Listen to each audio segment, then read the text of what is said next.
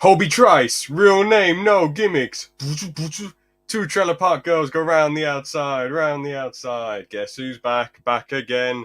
Gampat from Not a Park Egg. Hey. Hello, James. Good afternoon.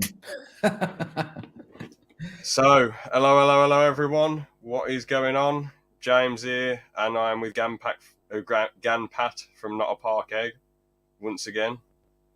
Hello. Thanks for having me again here in the No podcast. worries, man. I know we've been talking before the podcast started, but I just noticed the stubble. Respect. Sorry, say it again because you didn't come through. I just noticed the stubble, the 5 o'clock shadow, the bit of the small beard. So, do you think you'll grow it out, or will you not No, bother? no. When I grow a beard, I got tired. My face is Fair enough. gonna fatigue. Feeling fatigued. So no, Yeah, I I will remember you shave it. I mentioned will that on shave a it brick. tonight. Yeah, What? I remember you mentioned that on a brick flick, but I wondered if you might have had like a change of heart, maybe to grow it out for the banter. For the first, well, I did so once in 2001 in Scotland. I was walking around with a beard, and that felt all right. But when I shaved it off, I was like, this feels way better for me then. But no, I'm not going to grow it for the banter. No. Fair enough. But yeah, I've obviously got my beard. I've let it get out of control once again. I can Not see good. that. Not Yeah. good. It looks really slick though, to be fair. Slick Yeah, you, looking you, beard, you can have it. I cannot. but yeah, I've let it grow for too long. I need to shave it again. To be Mm. honest, it feels a bit shit having a big beard after a while, because like when you drink, you really have to wipe the water off because it gets all stuck to the hairs. When you have a beer, your mustache gets sticky. Yeah. Eventually, it's just a ball ache really when you have to keep wiping and trying to You, get the water off. you Uh, have to take care of it very well then. Yeah, I really have to wash it well. I'm not one of these people who lets the beard stink. That'd be horrible. That'd be horrendous. I'd hate that. But Agreed. there's all sorts of different colours in my beard as well, like brown, black, grey, and ginger as well, which is really Ginger as weird. well. All right. Yeah, That and that a bit sounds of really Irish, is it? yeah. I think there is a smidge of Irish in the family somewhere. There has to be. Mm. But the thing is, there's no one else in the family who is anywhere near as. There's only one other person in the family who's nearly as hairy as me, and is able to grow a really, really big beard. But there's only one other person. But his beard isn't all sorts of different colours. It's just one colour. It's just sort of like brown, dark brown beard. Oh yeah. All right. But just before we go into Indiana Jones, because I'll probably forget to do it at the end, Asterix the Gaul has made the comeback on Lego Ideas. It So I'll did. just sign in and give that a quick plug just because, well, got to support that idea. Lego need to make it instead of, well, all the other stuff they make and All bloody the chicken. American stuff they make. Yeah. Right, I'll just get it up in a second. Here we go. Just need to sign in.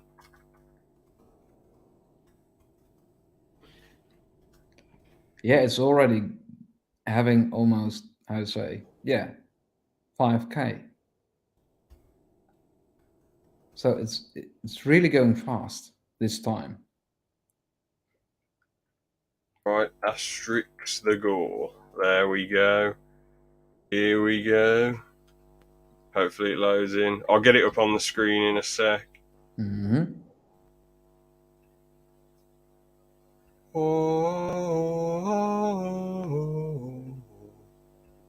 Oh.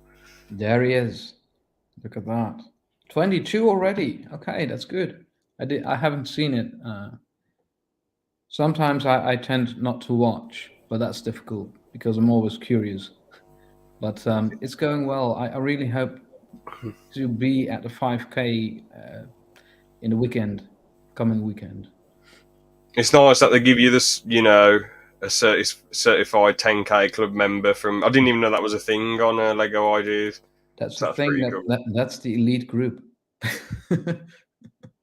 But yeah, I'm happy that it goes so fast now. Otherwise, I wouldn't have done it. You know, Yeah, for sure. I'm not going to invest in it for 2 more years. It's going to be too much then. Yeah. The thing is, though, it's good that you haven't had to promote it a ridiculous amount for it to get to this level because of all the promotion you did before. Because everyone's probably like, "Oh shit, yeah, Asterix the Gaul. I recognise this. Let's give it this. I supported it last time. I might as Yeah. well support it again." Hmm. True. Oh, I see a little mistake there, but I will fix that one. It's the biggest movie production of 2023 so far, and this film has been directed by Guillaume Canet. I think I pronounced that completely wrong. Yeah, Guillaume is William. Guillaume Canet. And Fair enough. So, who plays Asterix himself? Giles Lelouch. Archers plays Obelix and Marion. Cotillard has the obvious role as. Do you want to read the names? I'll sort of struggle with. Cleopatra. And the famous football player Zlatan Ibrahimovic portrays Roman centurion Antivirus. Fair play. But yeah, one of the reasons of my project's name being changed from Asterix the Gaul into Asterix and Obelix is this movie. Both Asterix and Obelix belong to Lego Ideas, belong to this Lego Ideas product, and are equally important to this set. Let's get them the next milestone, 5K, before the movie gets its wider release. So I know a lot of people don't watch the podcast. I thought this was submitted. I know this. I know people. Not many people watch the podcast, and maybe we can do a stream promoting it on Cole Jameson. But if you do watch this, please give it the support. Yeah, that's all I can say. Really, we talked about it a lot before. It's a brilliant set. Deserves to be made into a real proper set. Got to 10K before Lego made a mistake. Didn't pick it. So yeah, let's hope it. Let's hope it gets the go ahead this time when it gets to 10K. Let's hope so indeed. And I added Obelix's home this time. Oh yeah, we might as well just look at that because I was thinking like, is this an alternate build for a split second? But yeah, it is actually part of the set, and because the name is Asterix and Obelix, I thought I should add his home, and it also has to do with the A-framed cabin that came out from Lego Ideas. It was inspired by the Asterix the Gaul hut for some part. And if I now only would enter Asterix's home, many would say, "Oh well, it's only it's the same as the A-framed cabin," which is not, by the way. It's definitely not the same idea because this is Asterix and Obelix, and Asterix's hut happens to be like a triangular thing, but A-framed thing, but it's a whole different theme. So I thought, well, let's avoid that discussion and add Obelix's home as well, and make it more of a village. Yeah, fair dues.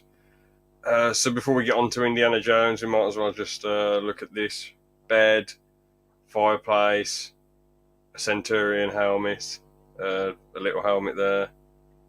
I mean, it looks like one. Is it meant to be a Centurion helmet, like a Roman helmet? Or Yeah, it is. Actually, it's Caesar's helmet. In one of the comic books, Obelix has that on the display. It's a cheeky memento. And the his quarry is next to his home, and I had to include that as well. So nice. Stone quarry. Well, let's get on to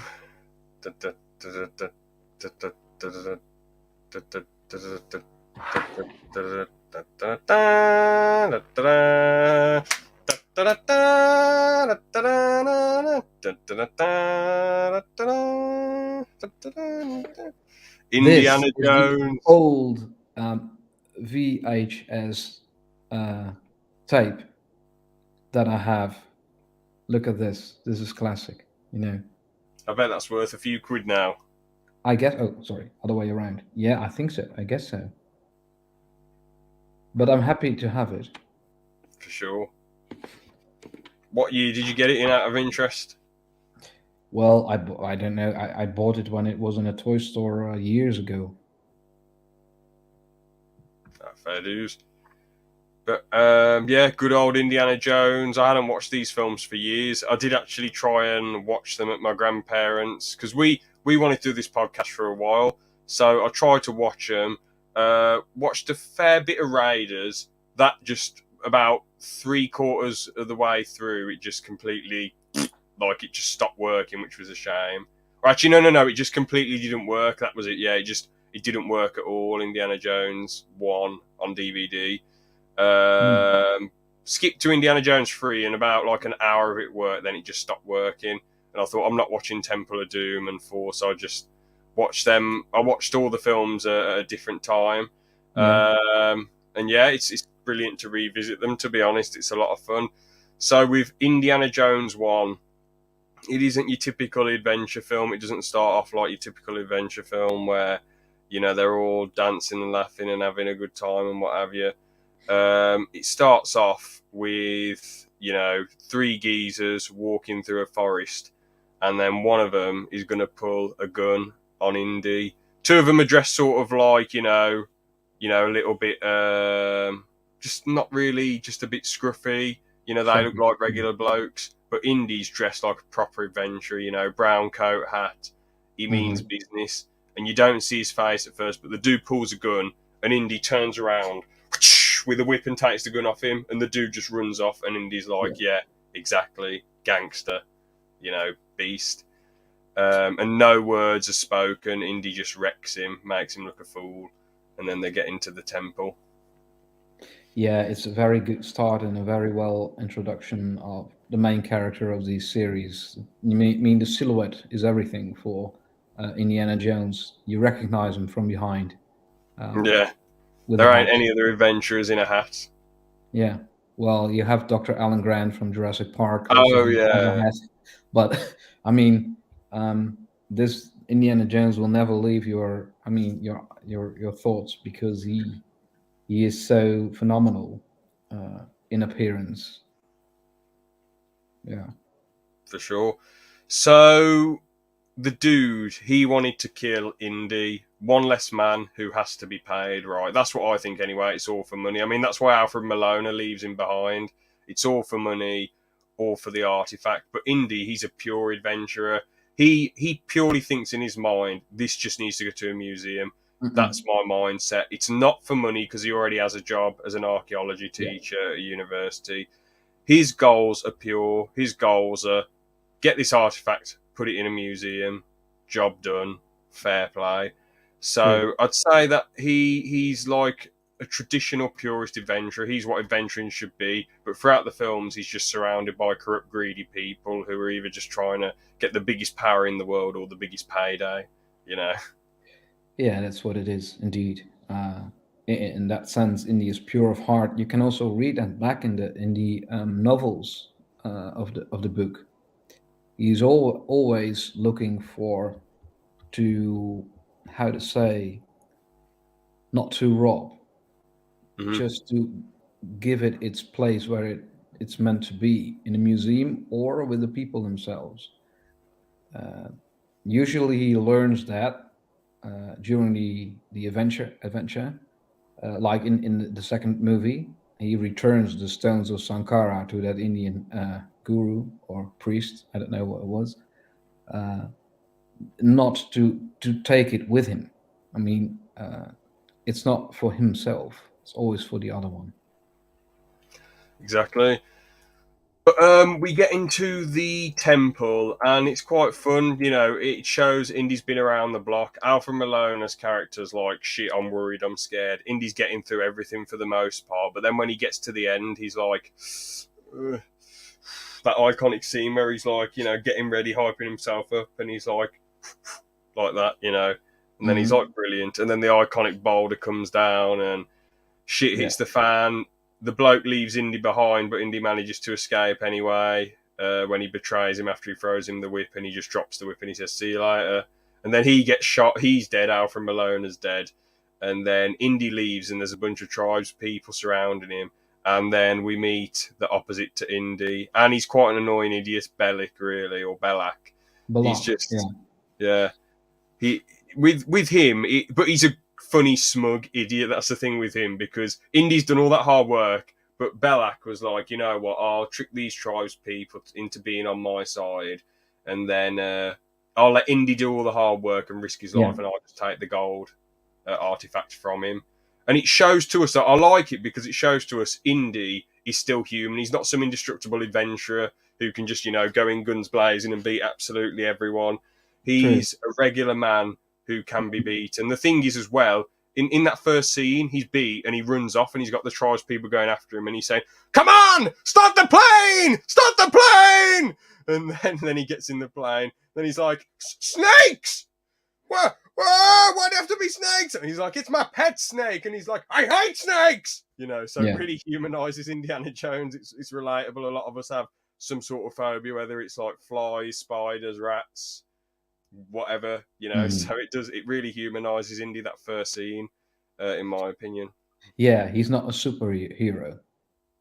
Exactly. He's not a Batman taking on 50 million people in one swoop, thankfully.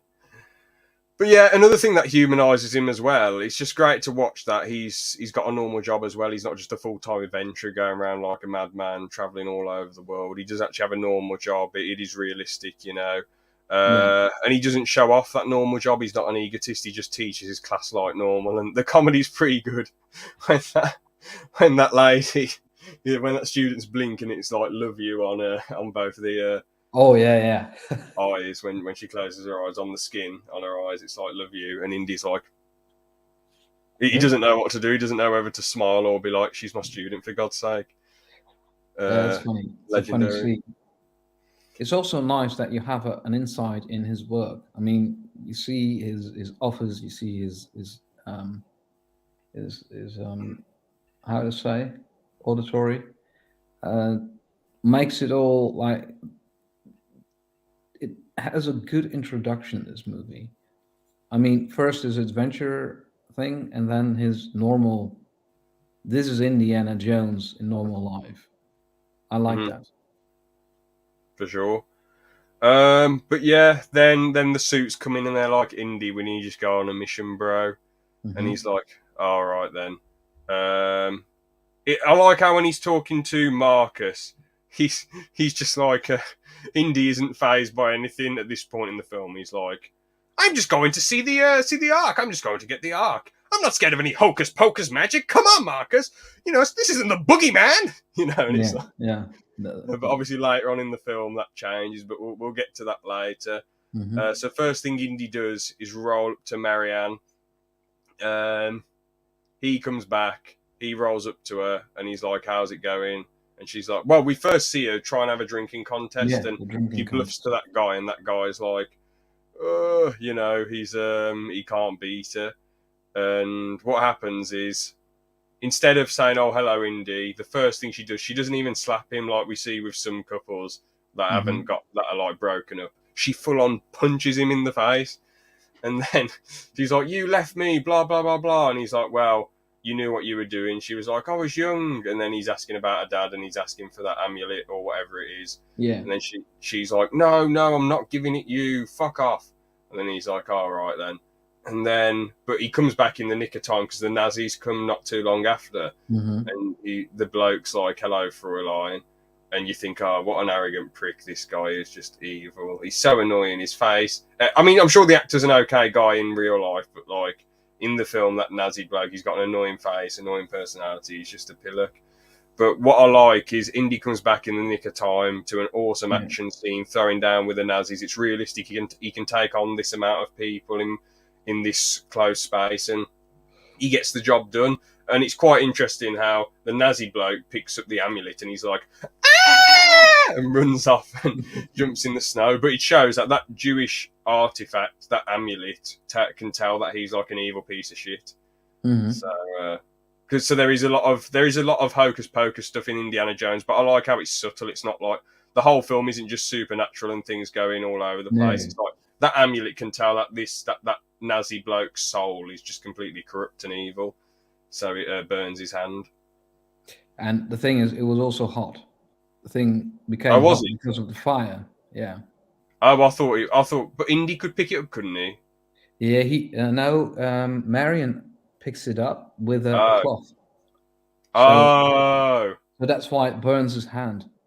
oh. So I thought the amulet was like sort of like. Oh, okay, Magical. fair enough. I got that completely wrong. Oh no, no, it was just But too hot to grab it with your bare funny hand. though, still a funny, brilliant scene. Yeah, it was. It is, and yeah, but it also is a bit disastrous because he does have the markings of Oh that yeah. artifact on his hand. What they need, so So they but know he doesn't exactly have what to go enough. for. But yeah, because her pub's burnt down, she's like, "Well, I'm coming with you, Indy." And Yeah, then they fly off to what country is it that they go to? Egypt. Ah, cool. So they roll up to Egypt and they meet John Reese, the guy who played Gimli. I can't remember Davies, his. John Rhys Davies, but his name is Salah. That's it. So Salah rolls up and he's like, "What's going on, Indy?" And Yeah. then he's like, "Yes, Salah." And then they're all having a laugh and having a good Mhm. time. And then there's a lot of action. There's that bloke with the little monkey who Oh gets yeah, Indy in trouble. He on the never gets his motorcycle. comeuppance. Yeah. Yeah. There's that awesome action scene and then that fake out death of Marianne. And Indy's like, he's fuming at Belak. He's Hmm. absolutely fuming. He's Uh-huh. like, "Want to see God? Let's go together." And Yeah. then all the Egyptian people pull their guns out, and it's like shit's hitting the fan quickly. Indy's fuming, but then Salah's kids come in and go, "Uncle Indy, Uncle Indy," Yeah. and then it's so cool. That's so comedic and brilliant that a bunch of kids like save Indy. That's just brilliant. That's so cool. That Yeah, makes him human again because he can't win. Actually, yeah. he never can win. Indy. He is always having some kind of luck. Yeah, exactly. But it's realistic. Look, it's not like James Bond being dangled over a million sharks and all the villains are pointing a gun at him, 50 million guns at him, and then he just outsmarts them all in a split No, second. Yeah. no, It's true. No. realistic what happens with Indy. But yeah, the Nazis come in again. There's a bit of back and forth. Indy gets trapped in that temple with Marion, and then they find the way out. Indy knocks that big pole over into the wall, then they escape. And then Indy catches up with a Nazi. Well, they there's an awesome action sequence where that big bald bloke is fighting Indy like this, and Oh, Indy's that like, one. "Ah!" And then he's like, "What?" And then he turns around and he's like, "Ah!" And Oh, then dead. blood goes all over the plane. Brilliant. Yeah. No, it's unbelievable. But the whole action sequence of that, movie, it's one of my favorite because also when he's chasing these Nazi cars that have the Ark, he's chasing them on a horse, and then you Oh, hear that famous theme of John Williams. It's fantastic, and he takes on those German bastards and takes them all down. That's so funny. but yeah, I like the scene with the rocket launcher as well. And Belek's like, "Go on then, Dr. Jones, shoot Mm. it. Go on, blow it up." And Yeah. then Indy's like, "God's sake," and just doesn't blow it up. Then he gets tied up. And the thing is, people don't like this climax. Some people are like, "Oh, Indy does nothing and wins."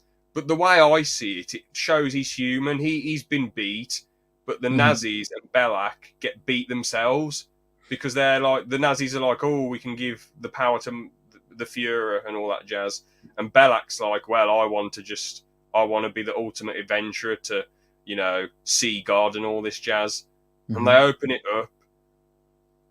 Indy's like, "All right, don't look." And I think partly the reason why he's like, "Don't look," is because he wants to respect the Jewish, how it's a Jewish artifact, and the Nazis have Mm. been evil towards the Jews, and they're pretty much just like they're not doing it for religious purposes. They're doing it to get power and Power. discovery.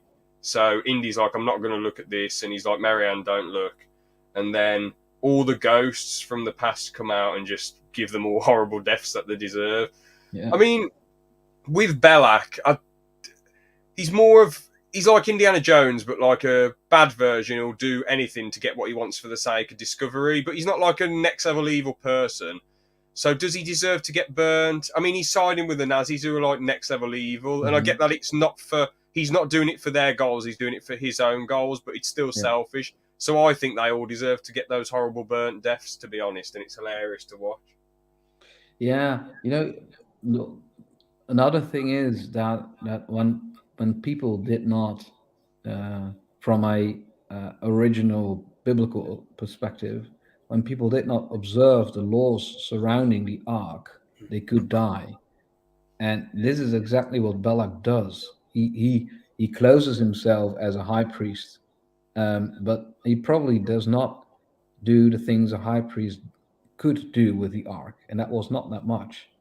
So he's being killed because of not observing the rules surrounding the ark, and that's also why Indy says don't look at it, because Yeah, there's a biblical verse in which it also says they looked at the ark, and that's the reason why they died, because they just looked at it. I mean, and then why and how, I don't know how that goes exactly, but what you say about he wants to observe the Jews, how to say no to be, how to say, but Balak wanted to speak with God and like yeah, get to actually, another dimension. Balak wants something which is not for him, as if he is um, even how to say,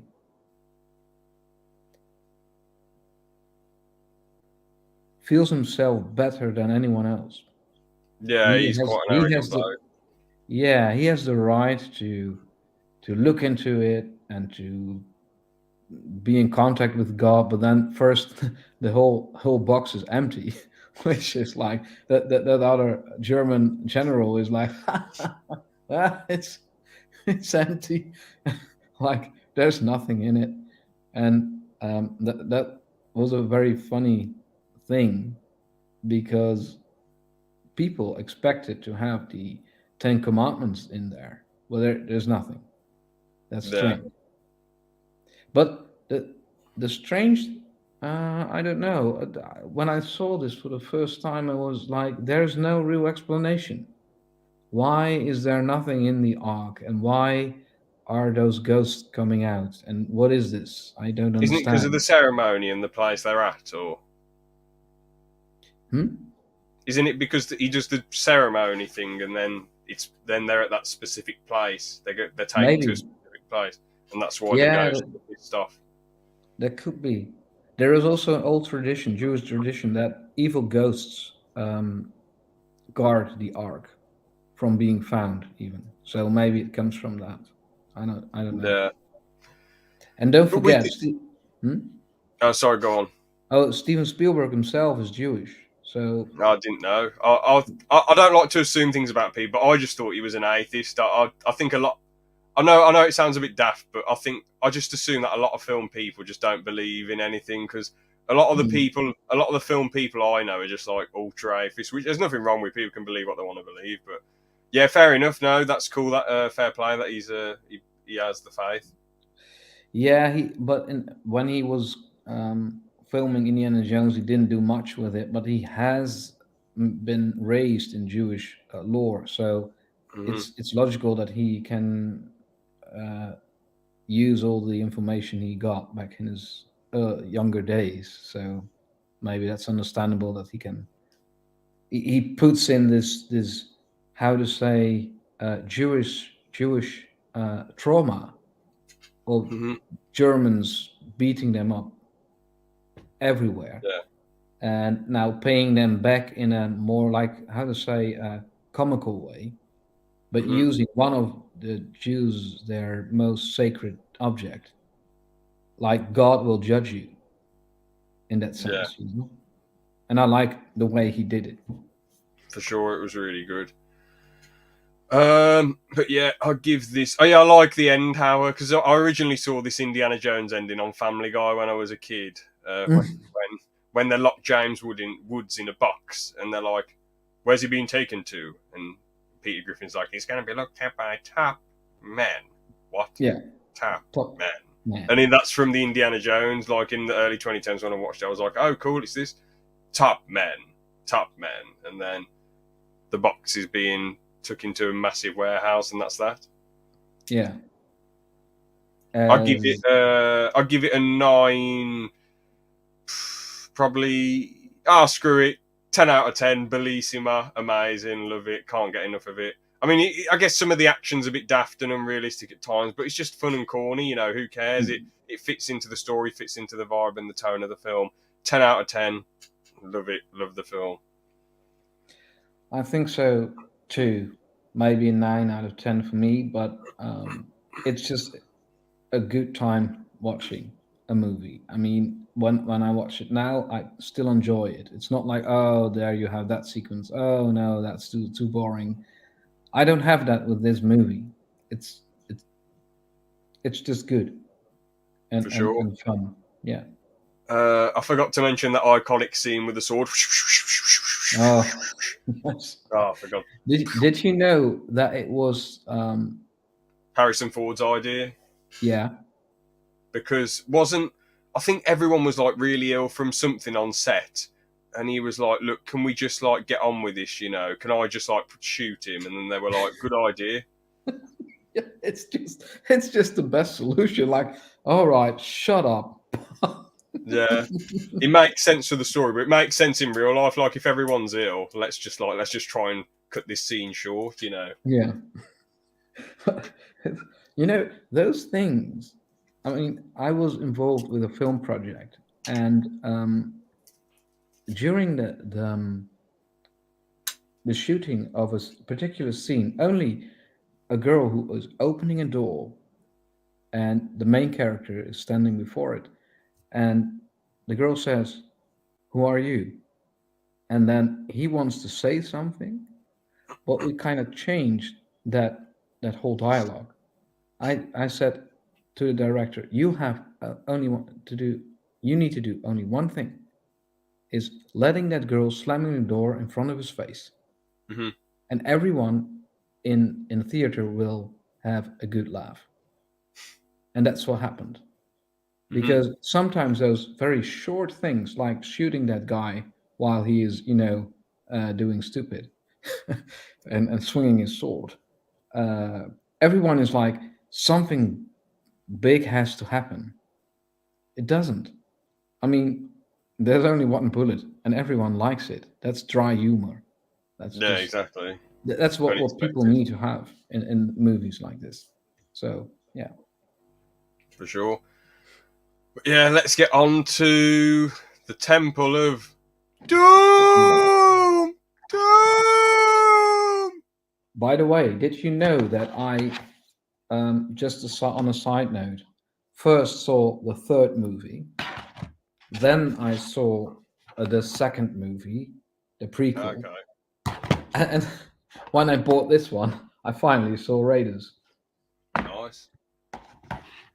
But anyway, the Temple of Doom. So, to be honest, it started off pretty weird, like with Willie singing "Anything Goes." I was like, "What film am I watching?" I Yeah. genuinely, I tripped out. I was like, "Have I got the right disc? Is this Indiana Jones?" And then I remembered, oh shit, I played the Lego games, and it does take place in like, where was it, Shanghai or Hong Kong? That's Shanghai. where, yeah, that's where the first mission takes place, in the Lego game. So I thought, oh, okay, this is Indiana Jones, and then we get to Indiana Jones talking with those Chinese gangsters, Mm. and then the one bloke's like, all right, then you hand this over, and then Indy's like, give me what you owe me. Then he's like, oh, all right then. But then Indy's friend, who we have nothing to do with and know nothing about, gets shot, Yeah. and because he has a man on the inside as a waiter, and it's like he's like, Indy, all the adventures we went on that aren't going to be on camera and that the audience don't know about. Mhm. And then Indy grabs Willie, and then he's like, I'm going to kill Willie if you don't fucking hand it over. And then he's like, well, you just. There's another Family Guy joke. Family Guy took a joke from this. Basically, they're like the antidote, and Indy's like, "What do you want about?" And he's like, "To the poison you just drank." And they do that in Family Guy, like Peter Griffin goes, "You want the antidote?" And then Lois is like, "What are you on about?" "To the poison you just drank." Oh, I think it might have been Meg, to be honest. I can't remember who he said it to. But yeah, another Family Guy joke. I found the action in the scene to be really weird. Like, it was a bit too comical, like that bloody big metal rolling thing, and Indy's behind it, and and it just seemed a bit odd. I like the stakes being, well, the issue is it's a prequel, so even watching it in 1984, you know Indy's going to be fine. So while the stakes are high with the poison, and they're not going to kill off their main character, they're pretty much is zero stakes. It's just waiting for him to get the antidote, And then he jumps out the building with Willie, and then not Mutt, bloody hell, no, Short Round is in the car, and he's like, "Dr. Jones, let's go!" And she's like, "A kid," and she's like, "A kid's fucking driving this car," and he's like, "Yep." And they get away, and then they hop on a private jet, and then Indy's like, "See you, losers!" And then it's just one of that gangster's planes, and the gangster's just laughing his head off. Yeah. But yeah, what do you think of that intro then? The intro to Temple of Doom. Say it again. Sorry. What do you think of the? Is my volume the intro? Yeah. Well, first I was like, "Is this a musical?" Anything goes. Anything goes. I believe that's the wife, the first or the second wife of Steven Spielberg who does that. Oh, damn. Yeah, I think they met there and then they married. Nice. But I'm not sure. You have to check that. But well, it gives it all a different perspective on Indiana Jones, because we know that he has had many adventures before, and every intro of the Jones movies gives some insight of it, and one of those adventures are his Asian adventures, which he clearly has, and there's not much known about them, but those are very important when it comes to the novels that were written later on. But if you don't know that, it doesn't make sense. Why is Indy there? What's going on? You don't know. And why is this leading to India? What is he doing in India? There's only one real artifact which he really wants, and that's these ashes of this guy we don't know. That's the only artifact he's really after. Yeah. And by coincidence, he has to do something in India, which is not really the line of Raiders. In Raiders, he's going after something. Twice, by the way. Yeah. Here, there's only one thing in an intro, and that's it. There's no returning on this particular. What do you call that? Urn? Urn, yeah. Urn with the ashes in, yeah. So it's all right to do something new, but to me it was a bit like okay, like that. Okay, not the best intro. Not the best. I loved the intro from Raiders. That was a fantastic intro, but this, no. Yeah, I mean, but anyway, moving on to the jet stuff. I'm really surprised. Why didn't the Chinese gangsters just tell their pilots, "Wait, stop, we're going to go in there and kill Indiana Jones now"? But instead he's like, "Oh, let's just let him fly off for a laugh." Then the pilots fly all the way to India instead of just crashing the planes, jumping out and crashing straight away, which I don't understand at all. I know they're probably trying to, you can argue, they're trying to do a cover up or something, but like, well, they could do a cover-up anywhere. They could just say the plane crashed and that's that. But instead, they fly all the way out to India. they jump out the plane. So they jump out, and there's no civilization nearby, so they're probably going to get killed by some wild animals or something. Yeah. Like, what do India have? Like tigers and cheetahs, Snakes. Yeah. snakes. So those two blokes are basically going to die just because their mob boss told them to. And then India, we're not sinking, we're crashing, and it's like, brilliant. Yeah, it's And then they it's not jump. the best sequence indeed. I mean, I don't get how they survived in a rubber dinghy. How did that happen? That made absolutely no sense. No. They somehow survived jumping out of a plane in a rubber dinghy. Then they fly all over the place and go all over the gaff, and then end up by some Indian village. And then they're like, "How's it going? We come to our village. We'll look after you."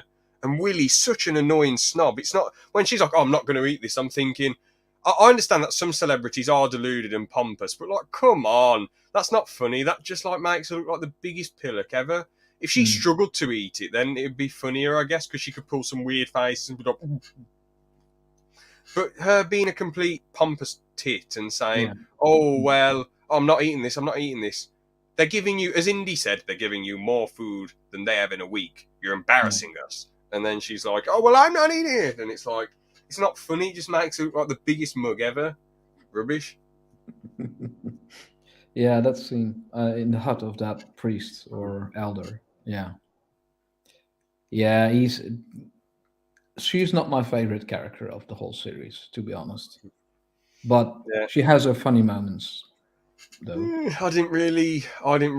I thought she was really annoying in the first hour. The way she was interacting with the wildlife, I didn't enjoy that. The only funny bit was when Indy was scared of the snake when he was telling her to grow a pair, but then he's like worried about the snake. That was quite funny. But the rest of it, I just got for a lot of the first hour. I was just annoyed. To be honest, most of the first hour of this film's quite boring. Like, I get the Indian villager, like, "Can you go and rescue our kids and get these stones? You know, we've looked after you. Can you do this for us?" And Indy's like, "Go on then." And it's just a bit slow paced. It feels like a buddy road trip. Then they get there, they're being looked after by the local government or whoever they are, and the Kid King, whatever his name is, the little kid, the king. And then it's quite boring. Indy and Willie nearly get off with each other because Indy's like, "All right, you come to me or I'll come to you." And then they send one bloke in with a sword to kill Indy, and I'm thinking, why wouldn't you send loads of people in? Indy beats him while she's having a go at him, so I suppose that's kind of funny. Then it gets better. The film takes a turn for the better when they start going into the Temple of Doom. Yeah. She's a bit annoyed when she's going, "Indy!" But that doesn't bother me too much compared to the rest of her, how she was in the first hour. And from there on out, it kicks off. It's really brilliant. The trap sequences are cool. The villain's pretty decent. He's quite intimidating and evil. He just seems like he seems like a spiritually evil person, like, with rituals and all that jazz. Like, when he ripped the heart out, that's so cringy. Like, really? I mean, cringing, like, And obviously, I remember you told me a lot of people at the time were like fuming. They were like, this is a 12 plus. Oh, you're targeting this at kids. Why is some person ripping a heart out? You had, what's going on? But it's a bit cringy, but it's not next level gruesome or anything. It's just quite dark. When I heard that was happening in this movie, I think I was still in primary school, but I didn't see it then. It was years later, but I think my sister saw it first. I think that's the case. But anyway, when I got to see the movie for the first time, it wasn't in the movie. Oh, they took that part out. What happened in that scene then? Did someone just get lowered into lava or something, and that was it? Well, actually, you did see the heart, but you did not see him ripping it out. Oh, okay, fair enough. So he only did this, and then in the next scene, he had the heart in his hand. Mm-hmm. That was the only thing, but you didn't see him going in. And same goes for what was it? Now, The Last Crusade. That movie was also being censored. Was that when that bloke's face got destroyed when he drinks the chalice? No, it was when someone's head was chopped off. Oh, So I was wondering what would they do with Raiders of the Lost Ark, which was way more gruesome, to be honest. yeah, with the faces burning. Yeah, so I don't know, but people back in the days were like, well, this is too harsh, and but also that it was about this kids abuse and using them for slaves. That was the other point of critique. Yeah, I mean it isn't very nice when kids are being treated bad, but the point of it is that Indy rescues all those kids and returns them to the village, and there's an uprising against those evil oppressors. That's what's really cool. That's a nice thing. If the kids Yeah, were slaves for the whole film and were stuck there, then yeah, it would be annoying and a big critique. But it's about that adversity and Indy and the slaves overcoming that adversity and conquering it. That's the satisfying conclusion. yeah, and on the other hand, he becomes a slave himself. I mean, Yeah, he he drinks is that like blood, the doesn't he? kids. Yeah, yeah. So I think it's a good. That's the good part of the movie. Um, the first hour indeed is a bit boring, and you're waiting for something, which could be a good thing, but it takes too long. But then when it comes to this temple atrocities, um, yeah, it's getting serious, Yeah, and I I like mean, that. I was going to say when you've got like build up to something, I think the best example of building up to something in a film series or any film or anything, in my opinion, is probably the Fellowship of the Ring, Lord of the Rings, just Mm. because you get world building, you get the 1,000 years ago where they take on Sauron, and Yeah, then you go to the present day with Bilbo and Frodo, and they're having a party and dancing, and Bilbo's like, I know half of you less than I know half of you, and then puts the ring on and then vanishes. And then him and Gandalf smoke some weed and all that jazz, and then like it builds up, it gradually builds up, and then there's about an hour till they get to the Council of Elves, and then they start on their adventure. That's perfect build up. It's perfect world building, chatting, characters, hmm, showing you what's going on. It's just a nice little cozy story, and yeah. until we get to this big grand epic adventure. I know that it's not all cozy. Like you've got the what are those guys called dressed in black with the hoods? The Death Rider. The ring raids. That's it. Yeah, you've got them who are a threat, but apart from that, a lot of it is just like world building and character building and all that jazz. So I feel Yeah. that's the perfect way to like build up a story the way they do it in Fellowship of the Ring. While in Indiana Jones Temple of Doom, it's just boring. You just want something to happen instead of enjoying the build up to something happening. Yeah, and it has to do with why this is so boring. Has to do with the whole build-up has nothing to do with the real story. Yeah. It's not integrate. I mean, it's just a loose from what's going to happen. Another good example of good storytelling and building up a story is Jurassic Park. Oh yeah. It already Yeah, another good builds one. up attention to, well, that breakout of the T-Rex and the other dinosaurs. Uh, so it is possible, but here Steven Spielberg missed the point, I think. Because we do get the intro in Jurassic Park where he says shoot her, shoot her, and then Alan's chilling at the you know um, well, the paleontology place, and they're digging up Yeah, dinosaur bones, and then the park seems cool at first, but obviously I can't remember the bloke's name, but he plays Newman, the fat guy in he plays Newman in Seinfeld. oh, Dennis Nedry, yeah. That's it. Yeah, he's really funny how he runs around and fucks everything up, and Hmm. then and then he gets quite a gruesome death Oh with that yeah, dinosaur. but you have to read the scene in the book. It's even more gruesome. But anyway, Oh, but yeah, I think if Steven Spielberg had taken some more time to sorry, to think it through. I mean, it's not the best. I mean, Raiders has a way better introduction. for sure. But I guess what else is cool? Indy being hypnotized cool is cool. It's quite a threat. When he finally gets unhypnotized by that bloody drank, did Yeah. Mutt slap him or something to get him to realize, or like what happens to get people unhypnotized? I really can't remember in the film. Um, it's this drink. I mean, they're becoming slaves of this priest. Hmm. and that also has to do with magic or something like that. It's the Black Death of Kali. That's what they call it, or But the there's Black some way. Sleep. The Black Sleep of Kali. Yeah, but there's a way that they beat the the drink, because the kid gets unhypnotized, then Indiana Jones gets unhypnotized. Do they have to destroy something? I just can't remember how they beat Oh it. well, how they got awakened from that? Yeah, that's what I It was mean. Yeah. because of fire. Oh, nice. That's good. Yeah, because that they were hit by fire, and then because Short Round is hitting him with a torch, and then Hmm. Indy gets like, oh wait, what's going on? Uh, and then he saves. He fakes that he's still in trance, but then he Hmm. saves Willie and starts a fight. Yeah, Very cool. The fight scenes are good. yeah, they are. The cart scene's amazing when they're going on that mine cart. That's brilliant. That must Bit have been a over the ball. top, but it's funny. It must have been a ball ache to film. The bridge scene was cool where Indy's surrounded and he's like, and then Actually, that everyone's, is my favorite scene of the movie, the bridge scene.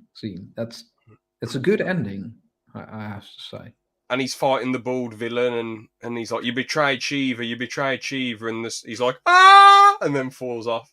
Yeah, That's true. really good. Yeah, he's also beginning to speak Sanskrit, or kind of words. I mean, then those things are getting lightened up, and then Mhm. he falls Yeah. on the bridge. But I like that scene. It's really good, and especially when the English come to the aid of Indy. They shoot all those evil doomers from the ridge Mhm. into the ravine, and they got eaten by the crocodiles.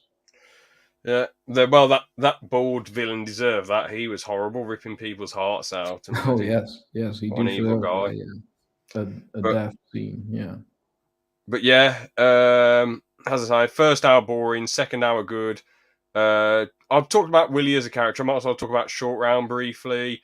I mean, you've got to cut kids slack when they're acting. I think he did a great job as Short Round.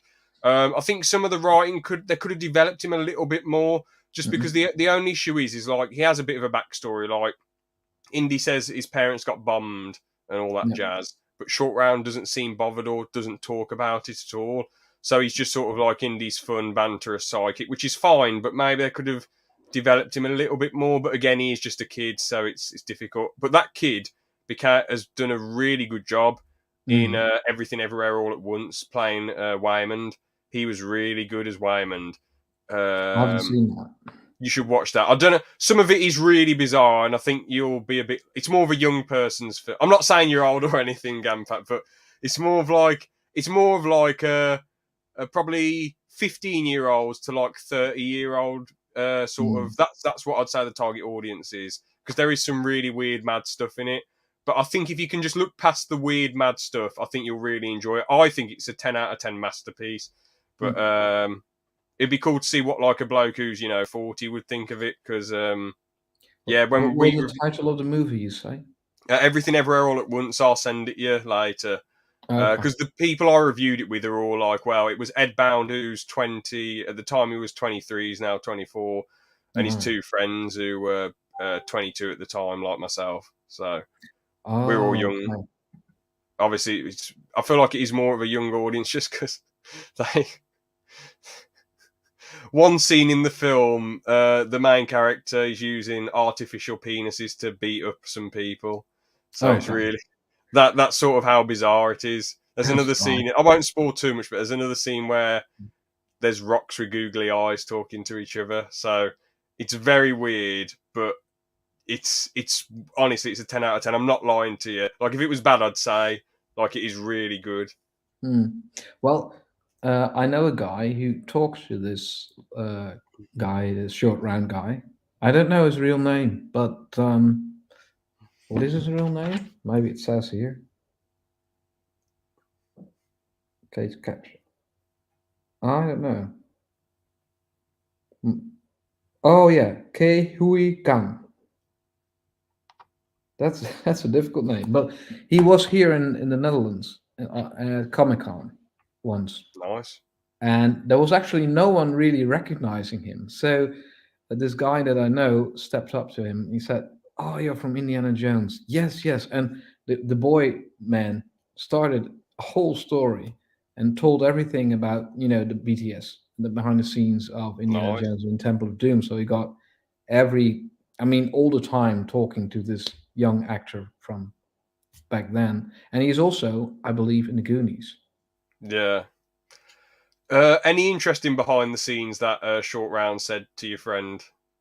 I don't know. I don't remember. It was a long time ago that he told me about this, but I'm not sure what he was telling him. So I don't know. No.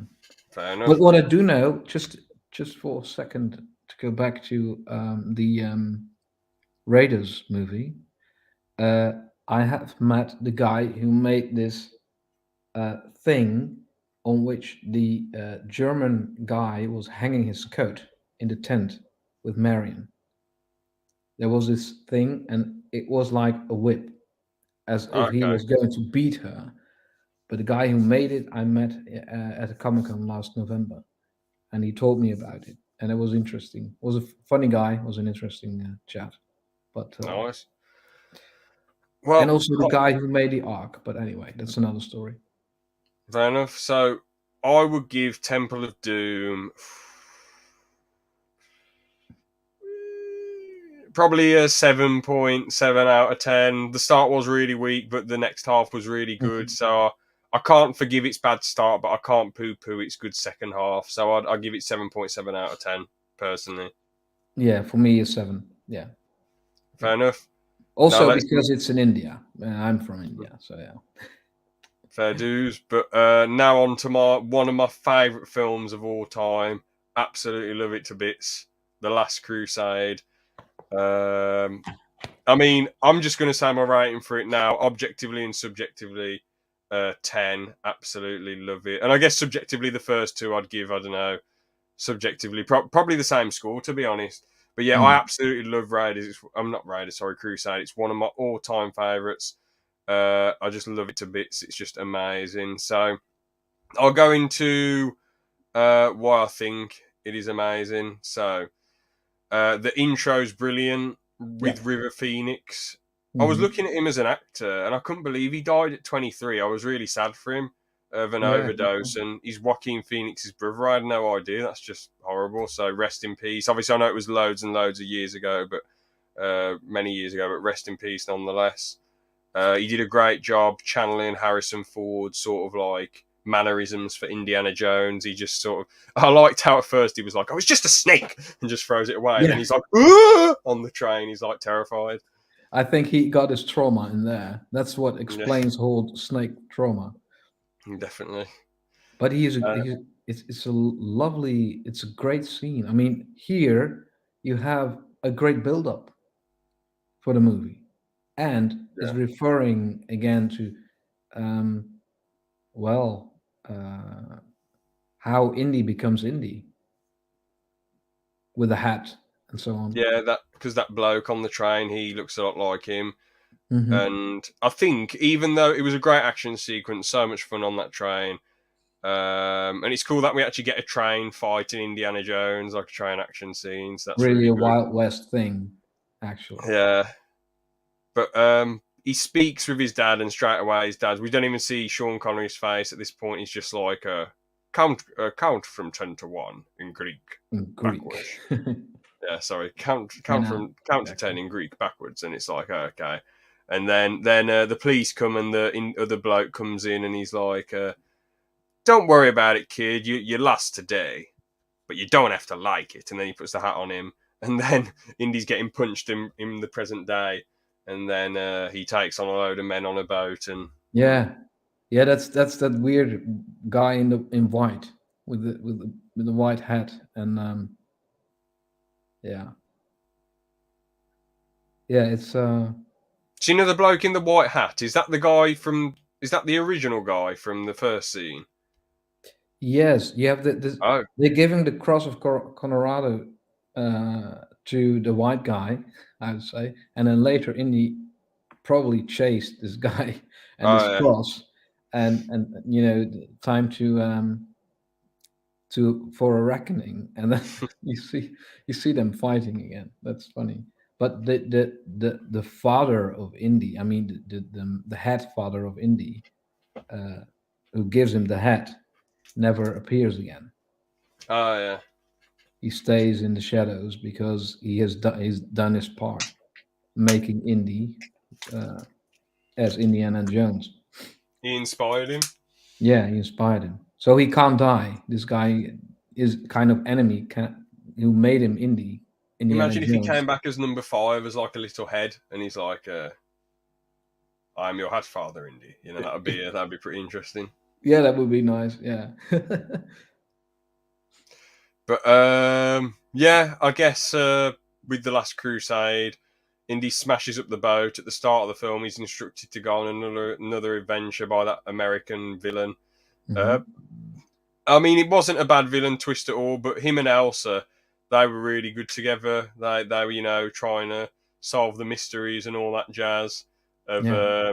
of where the cup of immortality is, and then True. him and Elsa, that they've got good chemistry together. They have some good fun together, and once that brilliant chase scene as well with the Fez Society who just want to keep the Holy Grail safe.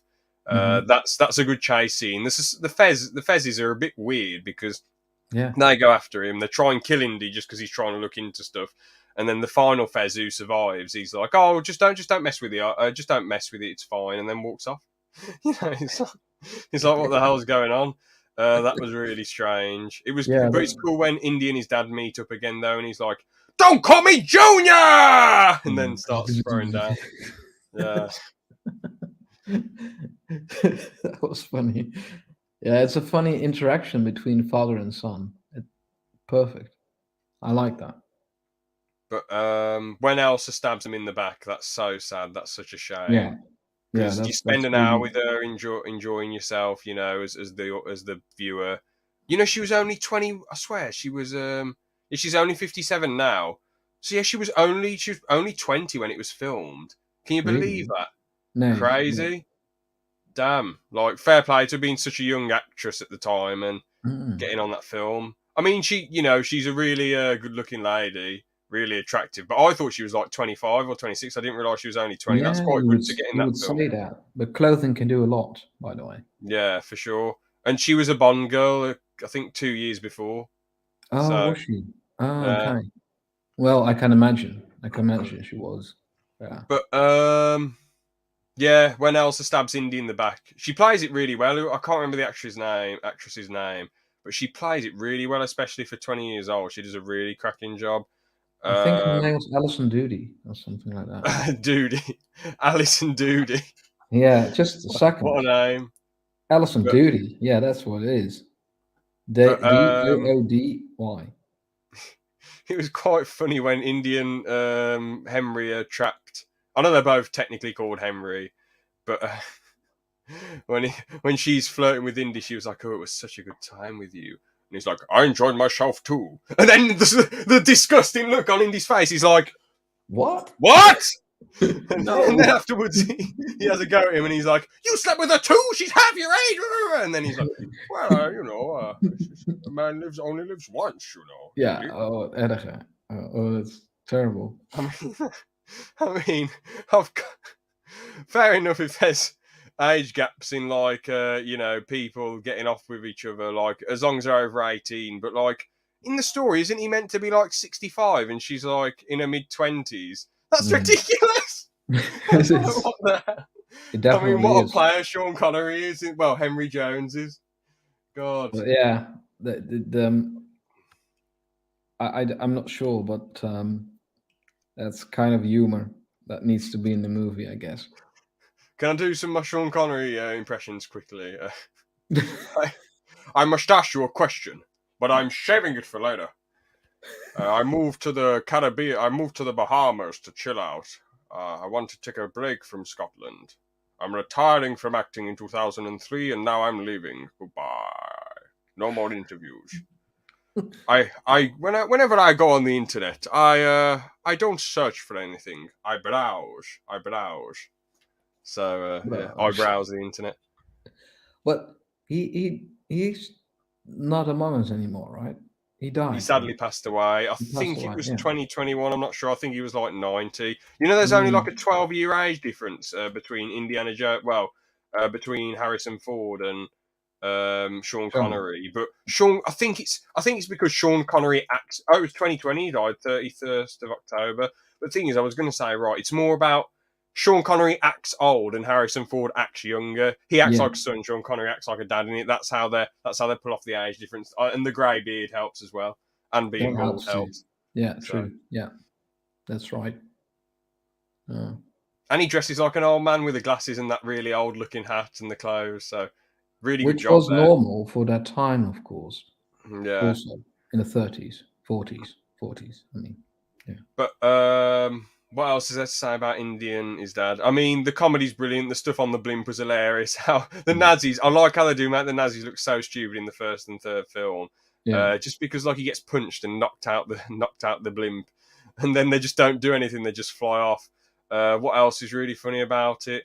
Marcus, when Henry Jones is like, "I didn't put Paul Marcus up to this, did you? He's not up to the task." And I'm thinking, Marcus is so funny, man. I'm glad he gets so much more exposure in this film when he's just pottering around with Salah and he's like, Mm. "Oh, hello, where do I go? Where do I go?" And then Salah's like, "I'll protect you quickly. We need to go." And then he just gets kidnapped by the Nazis. It's like bloody Yeah. hell, Marcus. Marcus is such a legend, but he's pretty incompetent. Funny Yeah, though. he is. He definitely is. Yeah, but it's a funny character to have in this movie. Certainly in the field. I mean, at the university, he's at his place, but when he's out of the university, he's nowhere. He can't manage himself. Yeah, exactly. I think I'm not saying, I'm not poo-pooing teachers or anything, but I do sort of feel like with some teachers that I've had that have spent their lives in a classroom Mm-mm. teaching people, they're not really. They're sort of. They're not adjusted to the real world. They're not adjusted to having to deal with like the public and next Yeah, level stress. Because the thing is, I'm sure some teachers are very stressed because they push themselves. But I've met more lazy teachers than hard-working teachers. And it's mm, like, man, imagine just like sort of fobbing. Because I've had so many teachers that have fobbed classes yeah, off and just been like, do your work, there you go, bish bosh bang, there you go. I get that there's some badly behaved students, but all you've got to do is say, you're in detention, get out the class. That's the worst case yeah, scenario, really. mm, Or just not care. So my point is like, that is true to a fair amount of teachers when they're put in like uncomfortable scenarios in the real world. It's like shit, I've got to deal with this. But I think that can be the same with any job. Like if mm, you, I don't know, let's say if you just work in a call center your whole life, you're not used to dealing with. Or I work in a call center, but the thing is, you're not used to dealing with like face to face bad interactions that other companies have to deal with, and vice versa. If you're a retail person, people over the phones can be a lot more aggressive and angry and shouty because it's over the phone. There's no consequence. I mean, yeah, if someone, if some person was shouting in my face to face, I don't care if I'd lose my job. If they're screaming at me, I'm going to tell them to calm down, or I'm walking away. And then yeah, if they follow me and harass me, then well, I'll give them the two good things: persuasion and reason to leave me alone. yeah. Persuasion and reason. Well, then, There you go. reason. I'll show them what's what. If they followed me and they left me no choice and harassed me, I wouldn't start. I wouldn't want to throw down straight away, just if I had no choice. No. But Mm.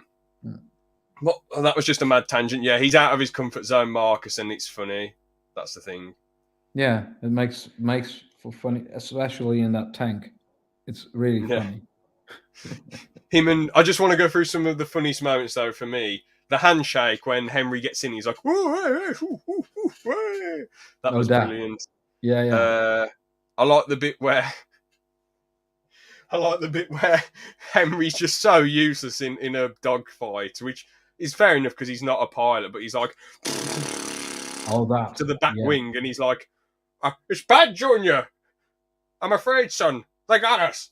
And and when that plane's coming after him, still, he's going woo to the birds, like To the bird. Yeah. with with the umbrella. He's going like woo, and then the birds just fuck up that plane. It's amazing, man. It's amazing. It's so brilliant, honestly. 10 out Yeah, of he 10. has a very good part in that movie, and it's a pity he did not return for others because it would have been possible in the 2008, but they let Yeah, him die off.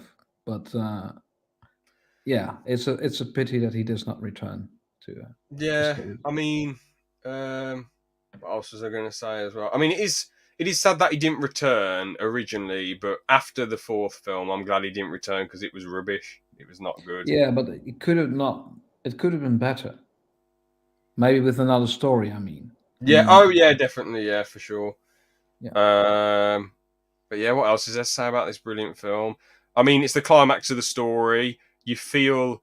Oh yeah, by the way, all the action's brilliant. I love all the tank fights and everything. The Nazis getting killed in comical ways. I Hmm. really love the scene because when that bloke goes off the cliff with the tank, he's like, ah, in the Yeah, camera. It's just so brilliant. that How the was general gets fucked over. It's hilarious. very comical. Um, Um, but yeah, the Nazis get crushed, burnt, blown up, destroyed, sent flying. It's hilarious how they all die, and obviously those people deserve it for being so horrible and evil because of obviously what they did to the Jews in the mhm. 40s. So, and that's Spielberg sort of, as you mentioned earlier, like showing them what's what and coming back with a vengeance.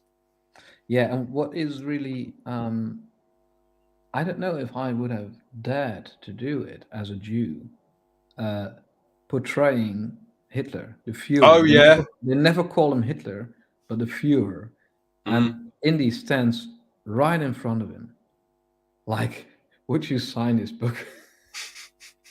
That was That's a hilarious scene. I'd imagine it was controversial and probably still is controversial now, but it was done in a comedic way because Indy's undercover and he had to go at Elsa for betraying him. And she obviously was sad. She was crying at the books being burnt. She was yeah, like, damn, this is horrible. But at the same time, she's like, well, I want this immortal chalice, so I'm going to do whatever it takes. yeah. And then Indy sort of pushed by the crowd to the front. He's like, oh, and then he turns around. It's Hitler. It was shot and edited in a funny way to make it funny. And then he's like, sign this. Nou, alsjeblieft, wil je dat doen? That's I like that scene, but it also shows a bit like this is the biggest enemy the world has had so far, Yeah, and um, even Indiana Jones could not beat him.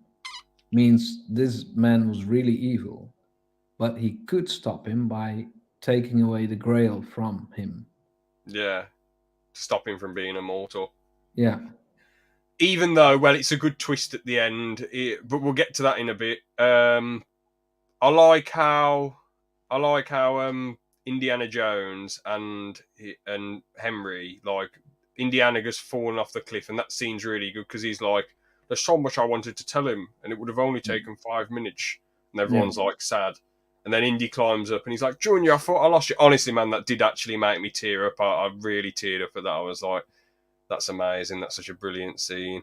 Um, yeah, I absolutely love that scene. But it also made me laugh because Marcus is like, Yeah, at the end. yeah, it's just honestly, whoever played him. Actually, let's give that actor a shout out. I did look him up earlier, and I think he did actually die in He died. 1992. He was like Yeah, 70. true. Yeah. I'm just gonna look up the Last Crusade. Marcus is so hilarious, man. So What funny. was the name again? Denholm Elliott. That's it. Yeah, Dr. Marcus Brody, Denham Elliott, bro. Nothing but respect to you, and rest in peace, man. Such a legend. So funny in this film.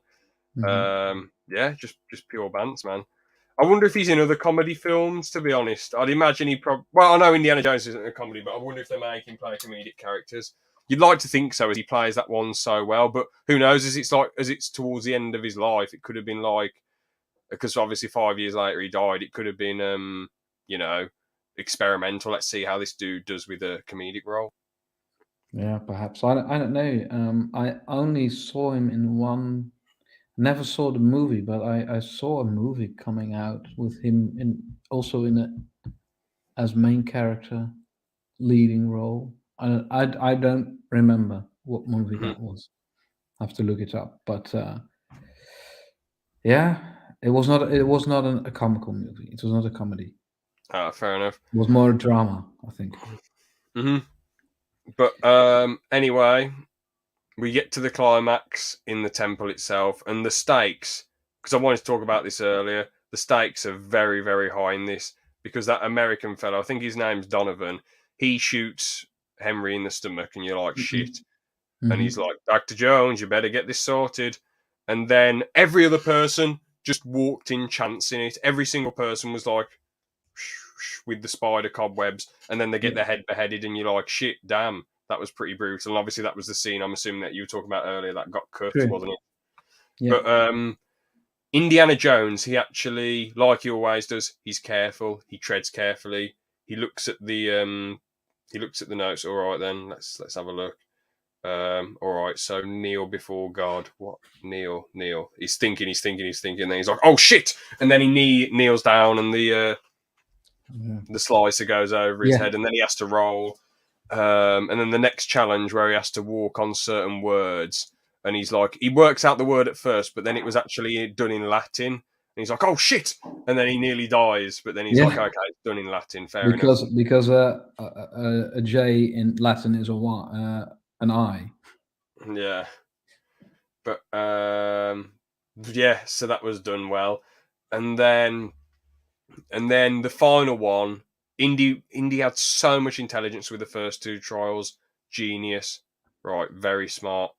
Actually, I don't see why Donovan didn't just send two of his soldiers in. That probably would have solved.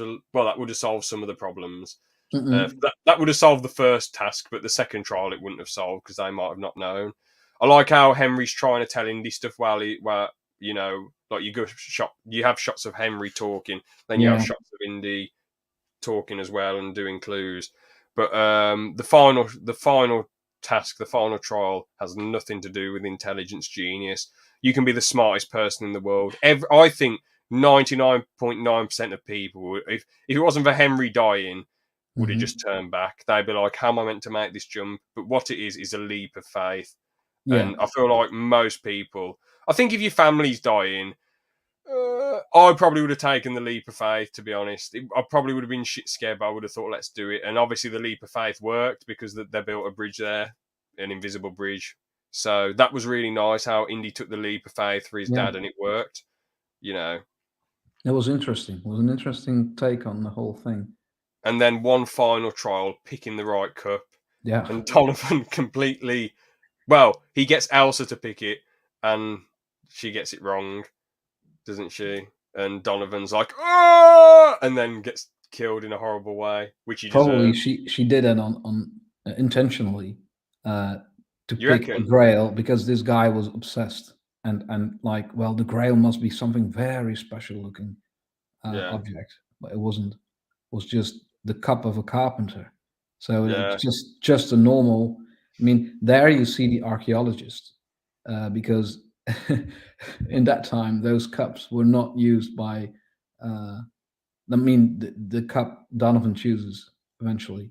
Uh, hmm those cups were not used by not common people in Israel, yeah, so it must have been a more simpler thing. That for was sure. But he gets killed in a gruesome way, which he deserves. And then the knight is like, choose wisely. Indiana Jones chooses the right one, helps heals Henry's wounds. But the interesting twist with this is that the immortal person has to stay in that temple. As soon as they leave the temple, the effects go off. They can't yeah. leave, otherwise they'll instantly die. So Hmm. very interesting. It doesn't make sense how that actually physically works, but again, a lot of the things in Indiana Jones that defy the laws of physics, so it doesn't matter. Yeah, true. But yeah, that was cool. And then Elsa's like, well, we can take it anyway, blah, blah, blah, blah. This is so valuable. And then the building starts falling down. She's like, I can reach it, I can reach it. Then Indy's like, no, no, don't. And then she's like, ah, and dies, which I think she deserves it, to be honest. She did deserve to die just because I know she was a bit of a. Out of her, Belak and Donovan, she's probably the least evil by far, but she still sided with the Nazis just to Yeah, get something. It was still selfish intentions. She sided with people who were torturing, raping, beating, and murdering people. Well, the Jews and other people as well. You know, obviously, I know the Nazis were killing everyone, but like it was, they were specifically being evil to Jews or anyone who yeah, disagreed with them. So she sided with those evil people. She deserves to fall in the abyss. I mean, true. it's either that fall into the abyss was either the worst death ever. Well, was either quick and painless or the worst death ever, one of the worst deaths. Because you got to think, how deep is that abyss? Because if it wasn't that deep and she sort of was like crippled but survived, she would have basically been there for days until she eventually died of dehydration. So that'd be horrible. Yeah, sure. Yeah. Or it was to a really low abyss and she just died instantly. So she either had a horrendous death or quick and painless. So True. Yeah, and also everyone who is in league with the Nazis can't survive. You like she did. She just did it for her own good in the end. But yeah, you cannot make this covenant with the devil to and not getting punished for it. exactly. So she had to die. In those days in movies, you had to die. Yeah. Nowadays, it's different. Well, I think Usually, in real life you deserve. If she did that, if this was real life, I think you would deserve to like get killed off at the end of the day because you're siding with people who are doing horrendous evil things. mhm, If she truly repented and was truly remorseful, then yeah, like if she said to him, well, actually no, I think it's quite has quite a lot of meaning to this, right? So if she had actually let go of the chalice of yeah, the cup, she would have survived.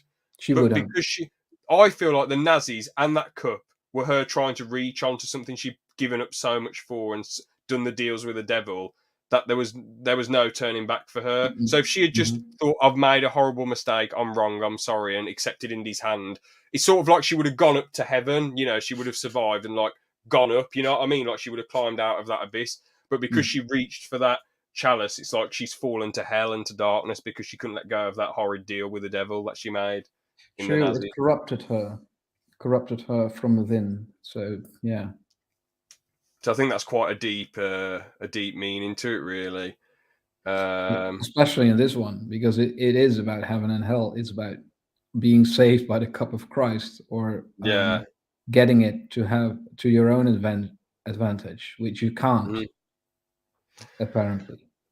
But yeah, exactly. You can't actually do anything with it. You just well, unless you want to stay in a bloody temple Yeah. for Yes. eternity. Which I mean, that'd be the most. I feel horrible for that night. That is the most Yeah. depressing existence ever. Just being alone for 700 years in a That's horrible, shitty temple.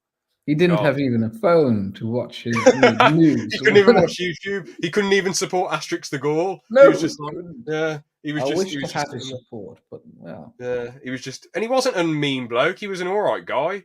He yeah, was an okay bloke. He was a it was nice just a man. crusader who had to stay behind. Yeah. Well, oh yeah. So okay, so he wasn't like, well, if he went round killing people on the crusade, he wasn't a good guy then. But what I mean is like, he wasn't like an evil person in the temple who was killing people. He was just Yeah. chilling there. I guess let's No, say he's indeed. more neutral. But if he went around Neutral. killing people, he was more on the bad side. Yeah, back Um, in the days he was. He was. yeah, But anyway, he had 700 years to remorse. think over all his sins and so on. Yeah, so hopefully he realised he was in the wrong. But Yeah. yeah, he was just stuck in that temple, very depressing, and he's probably still stuck there by the time of Indiana Jones 5. He's just been because everything fell down and Well, bloody he's perhaps trapped we in see him there. back, but I think they have to choose another character because this man probably died in the Oh meanwhile. yeah, he was quite old in the film, wasn't he? So Yeah, yeah, he's I still. think. I mean, to be honest, they wouldn't be able to do anything with him because the temple's trapped. So basically, even to this day, I know Indiana Jones 5 is probably going to be set in like what the 50s or 60s. Um, Yeah. but Oh, even then yeah. if in 2023 in the Indiana Jones universe, he's still there, trapped in that temple. So that's quite depressing. But I guess he Poor just hope guy. you'd like to think he just. I'm not trying to sound dark or grim, but you'd like to think he just kill himself just to like save the. Okay. No, Okay. I don't mean it in a mean way, but like no, but that's no life. Is it just sitting in a temple all the time Mhm. and not having Yeah. any human interaction and doing anything with your life? Yeah, I understand. Understand. But if he can get out of the building and just well, not the building, if he can get out of that, that cave temple and just like leave and then get disintegrated, then that's fair enough. But he can't because it's blocked in. But Henry Jones is like, oh, hello. And then, well, runs off. And then we get Marcus, Salma. What's his name? Sorry. Is it Salma? Salah. Salah, that's it. Salah, Indy. Henry, they all ride off into the sunset. Perfect ending to Yeah, perfect ending for two. Yeah, I mean, it definitely is one of the best. If you just count those three films, the Temple of Doom does bring it down a bit. If the Temple of Doom was on the level of the first two, I'd say it's one of the best trilogies ever. But it's not far off. I'd still put it in the top 10. You know, it's still really, really amazing. Love it. But sadly, oh yeah, I'll give it 10 out of 10. One of my all-time favorite films. Love The Last Crusade. 1,000,000 out of 10. Okay, yeah. For me, also a 10 out of 10. It's a good. It's one of the best sequels a series has. Yeah, Yeah, I for agree. sure. Now we move on to a big pile of rubbish. Indiana Jones 4. Um, yeah, the Kingdom of the Crystal Skull. I mean, I wasn't as baffled by the intro as the second one because I realised I was watching an Indiana Jones film. It was a bit, you know, they had the I can't remember what Elvis song it was. I think it was "You Ain't Know the Murder Hound Dog." So Yes. that was you see these teenagers driving. You're like, okay, what's going on? What's happening? And Hmm. then you see the bus of Russians as well. Well, you don't know they're Russians originally. No, you don't know. The Yeah. teenagers drive off, so they have no significance in the story. The Russians roll up to the base, and he's like, "Hey," the Russians speaking in an American accent. He's like, "Oh, can we come in?" And then they're like, "No, it's off limits." And then he ties his shoelace. Then the Russians just shoot all the soldiers, and then they Yeah. go into the base, and then they throw out Ray Winston, who is wasted in this film completely. They, I don't get why they wasted him so badly in this film. It's pathetic. And Indiana Jones, and she's like, the comedy's really weak, to be honest. She's like, he's like, oh, the way you're chomping on those W's, I guess you're from Ukraine, and it's like, oh, that's not good humor. That's rubbish. I mean, the W type humor, you know, like the speech impediment type. I know it's not a speech impediment, but you know, like in Futurama when they say to Chekhov, they say nuclear vessels, and he's like, no, you know, that's funny. That's funny. Hmm. Like, because in Star Trek, he goes nuclear vessels. That's a funny way to take the mick out of the way someone talks. But just saying that line or the way you're chewing on those W's, it's like you're from Ukraine. It's just all the humor in it's rubbish in Indiana Jones 4. It's just not that funny. But we start off in that warehouse, a CGI warehouse, which is annoying. I would have preferred an actual practical warehouse, but there you Hmm. go, because they CGI some of the shots. And then Ray Winston turns on Indiana Jones instantly, which is a Yeah. really rubbish movie twist because we don't get any sort of relationship, friendship with the characters. They talk about all the adventures they've been on, spying and stuff, but we don't care because we don't see those adventures. So what they should have done is actually make Mac betray him like Elsa did an hour into the film, so we can get to know Mac and actually get him on our side and Hmm. be happy with him as a character. And then he betrays them, and you're like, shit, you know. But they What's going they on? ruin his betrayal even more. But we'll get into that later. Yeah, rubbish betrayal because all he does is go, well, I'm a capitalist, and they pay. Oh, so your Bye. Bye. motivation, yeah. Yeah. Yeah. So that's all your motivation is money. Okay, Money is boring. the most. Yeah, as you can see throughout the movie. Yeah. Years of friendship thrown in the bin just for money. Indiana Jones takes on 1,000,000 soldiers. That was rubbish. That made no sense. As a, like some bloke who's like 50 at this point, I'm assuming. Yeah. He takes on loads of soldiers. Like how it just seemed goofy and ridiculous. And then the scene where he's like, Boris, you don't know him. You don't know him. You don't know him. And then Indy goes flying in the air. It's like, oh god, how did he take on all these people? It just looked ridiculous. It's like, how did an old man outsmart Russian soldiers or with a gun pointed at him? It made no sense. Like, it was Mm. too over the top for me. I just thought it was ridiculous. Your thoughts on the intro? Intro is, to me, it was interesting because of the finding what the Russian whatever Ukrainian Kate was looking for, and that was the whole alien thing. I liked that, and I liked to, I mean, to see the warehouse where the Ark was. Uh, so it was a callback to the first movie. Yeah. I liked that part. It was a bit new to me, but to me, it wasn't too bad. But what you're saying, I can fully understand. about it that you the things that were over the top. Him taking on so many Russians. It's crazy, of course. But he also did with the Germans back in the days. Yeah, But but it wasn't like they all had a gun pointed at him, and Mac had a gun pointed at him too, and then he's just yeah, like, he just drops a gun and then starts running off, and it's like none of them can get him. I very get that he took true. loads on a tank, but that was like a Yeah. moving tank, and he was quite smart with it, and it was done in a funnier, better way. It wasn't like they were in a situation, they were in a still situation where they Mm. all had guns pointed at him. It didn't make any True. sense to me. But what I do like of this intro is that it does have to do with the whole story. Oh yeah, with the crystal skull, yeah. With the crystal skull. That is something. Let's say for me an improvement on like so, let's say the second movie. I mean Oh yeah. everything belongs together in this movie. There's no other intro with another artifact or something like that. It's just about this alien skull, what they need, and the link with the Roswell incident. I like very much because um, during that time in 2008, the whole UFO and alien thing had its revival. So it's no wonder that George Lucas came up with this story about extraterrestrial, actually interdimensional beings. That's what I wanted to call it. Them was used and trying to fit it in the that. Do you know that series from History Channel, Ancient Aliens? Nah. Well, it's actually about that. Like the aliens brought civilization to the world. Oh yeah. Humans did nothing. It's aliens. It's all aliens. Well, the pyramids were built by aliens, and humans did nothing. They just were apes, whatever. But that was the theme that was taken into the Indiana Jones lore because that was the pop culture of that time.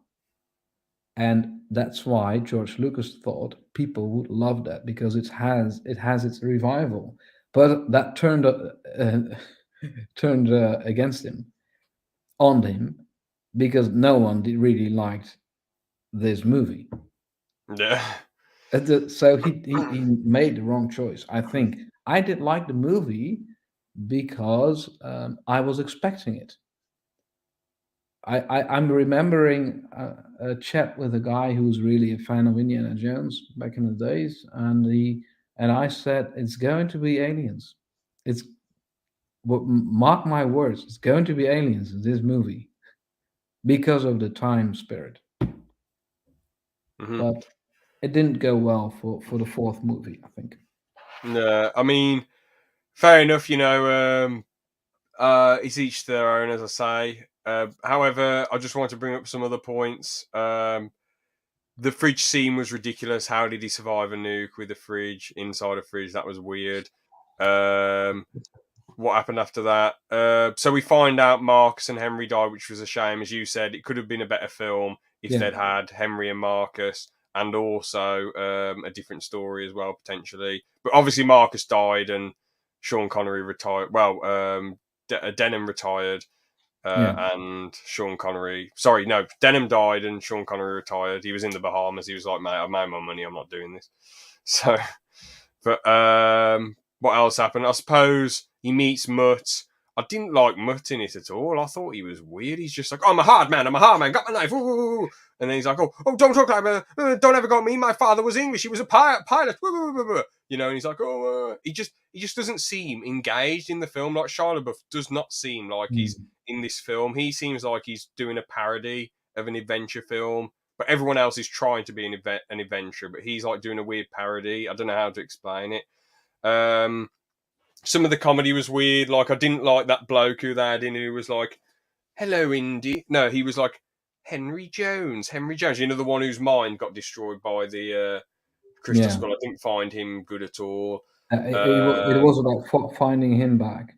Yeah. yeah, but What was his name again? Oh,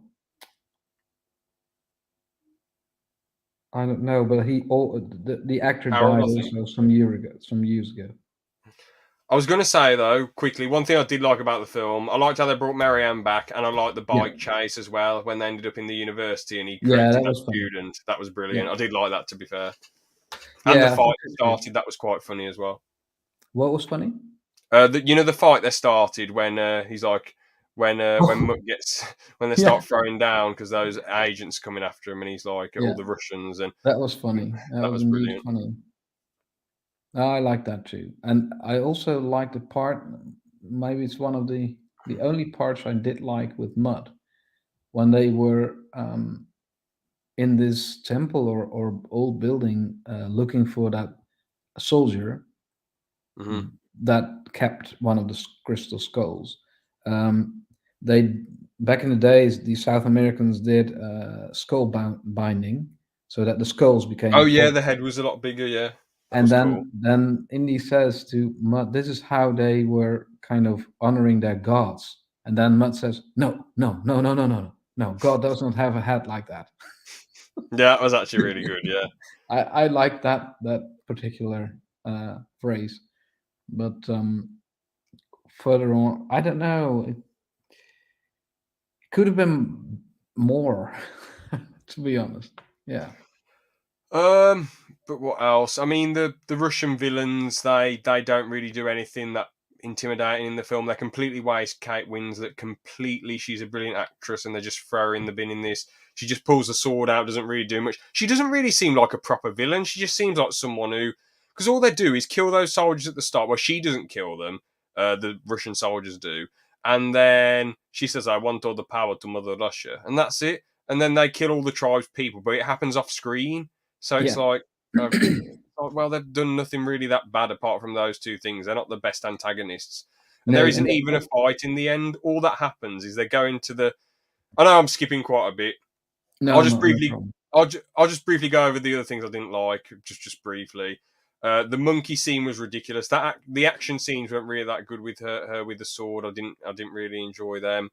The raft scene was ridiculous. How they survived in that little rubber dinghy going down three Yeah, waterfalls. I was like, what the hell's going on?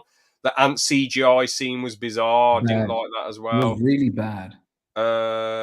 What other weird stuff was there? Max double agent thing was rubbish. He was like, Yeah. remember what we were in Berlin? Double agents. Afterwards, we danced and laughed around the room. Then we were double agents, Indy. And he kept going, Mm. Jonesy! Jonesy! And then he's like, well, I'm a triple agent. And it's like, hold on a second. Mac, why are you betraying them now? Whose side are you on? Because the Russians only have about 5 soldiers left. And Mm. like, there's nothing to be gained here. Like, he could just run in and pick up, if he didn't care about Indiana Jones, he could just pick up as much gold and just run out the building. But Yeah, even true. then, how's he going to get back home? He'd need Indy to call someone or do something, his survival skills. So that was Mac's betrayal is one of the stupidest parts of the film, and they completely waste Ray Winston completely. He was Yeah, far better in The Departed and Puss in Boots 2.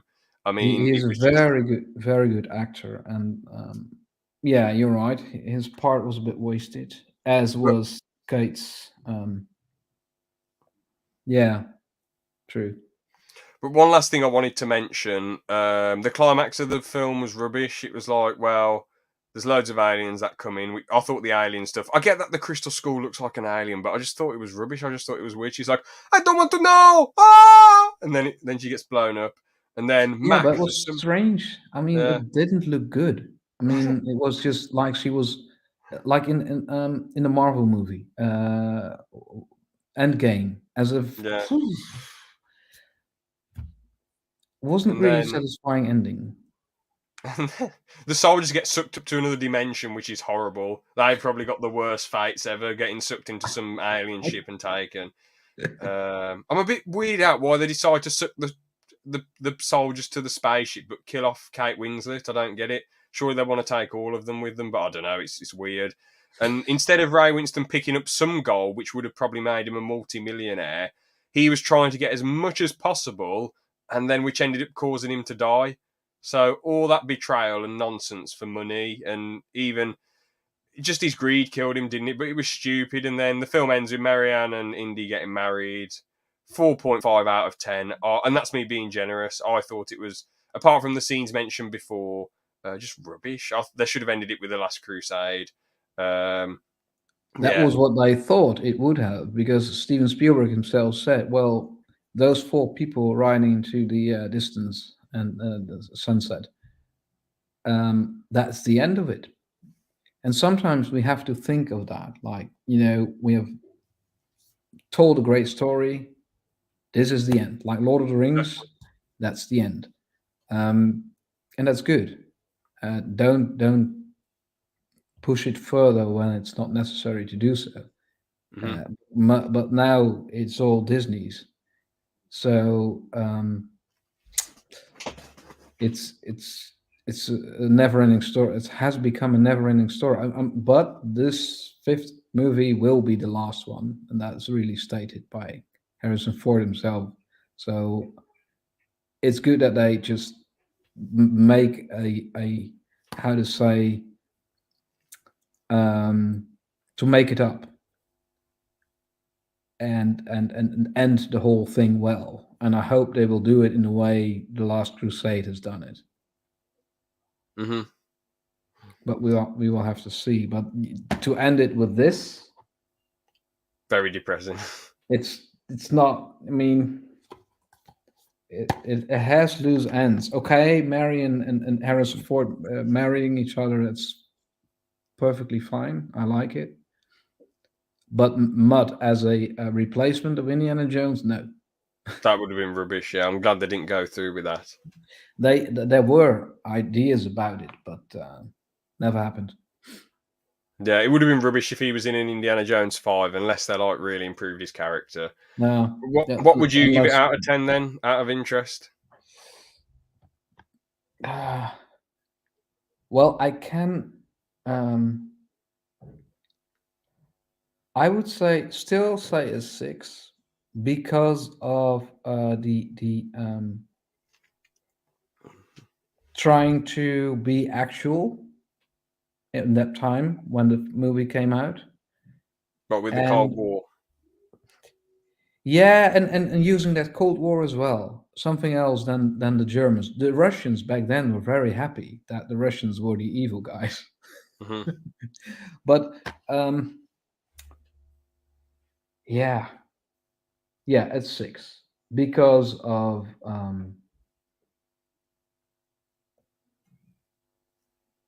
trying to be new, but it didn't work out, so it can't be a 9 at all. Imagine. I mean, to be fair, I always with ratings, bro. You could give Temple of Doom and the last and Kingdom of the Crystal Skull 10 out of 10, and give like Raiders and Crusade like -1 million. It doesn't bother me. Like I would be a bit I, shocked, but I'd be like, bloody hell, because like I've okay, had weird.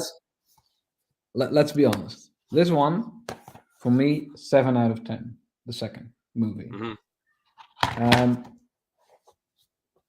This one, the fourth, a 6 out of 10, Yeah. but because of particular things like the skull, the alien stuff, but not story wise.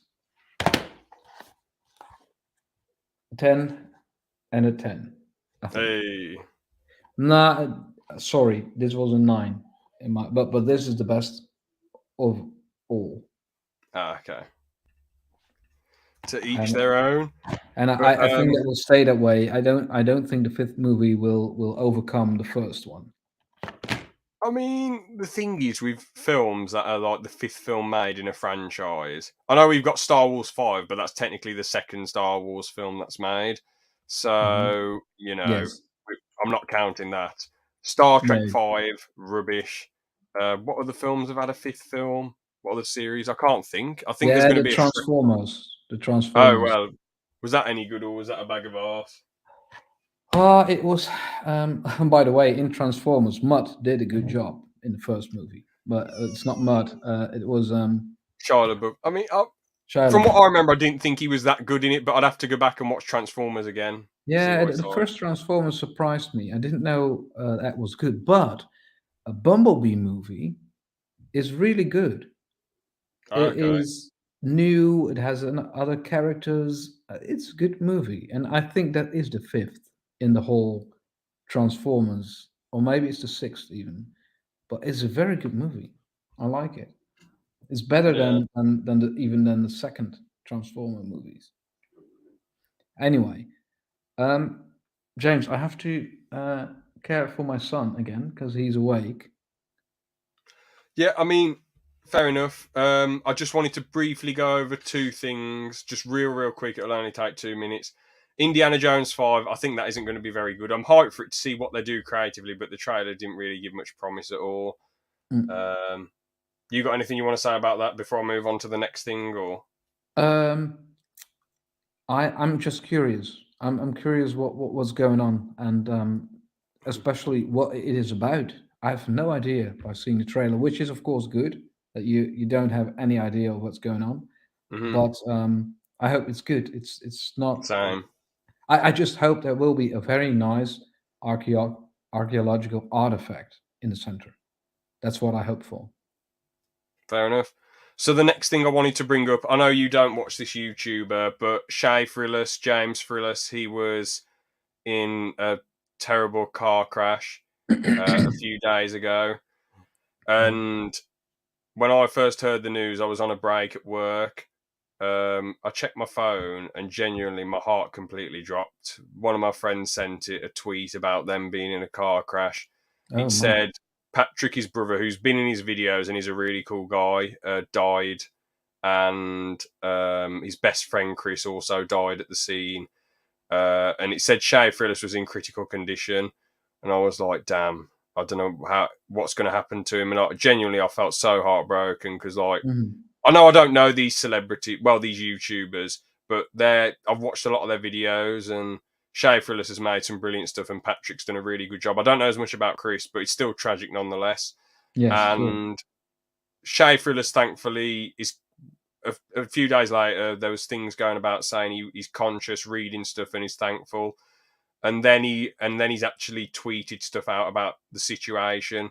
So I'm glad that Shay Frillis will be able to make a full recovery and won't have any life-lasting issues. But it's still Mhm. depressing for him. And Yeah, rest in sure. peace, Patrick and Chris. It's just horrible. Rest in peace. Yeah, that's terrible news. But yeah, I just wanted to put that out there because I know people do tributes for YouTubers, but I'd rather not make a tribute to them because it looks like you sort of. I don't want to get views off of someone dying and make that the title. I'd just rather have a nice little respectful Yeah, uh, word to them, a I personal, understand. respectful word saying, Hmm. thank you for, your entertainment, and it's a tragedy that you died, and rest in peace to Patrick and Chris. And hopefully Shay Frillis is able to continue with his life decently and just get through it. And hopefully he's got good people around him who can support him after losing his brother and his best friend. Yeah, that's going to be a long way. Recovery will take a lot of time. Yeah, for sure. I But mean, physically, but mostly mentally. yeah, I think physically, from what people have said, he will be all right. And a few days after the crash, being able to physically tweet and know what's going on and being conscious, he should he should make a full recovery. But obviously, mentally, it'll probably take years for him to Mm-mm.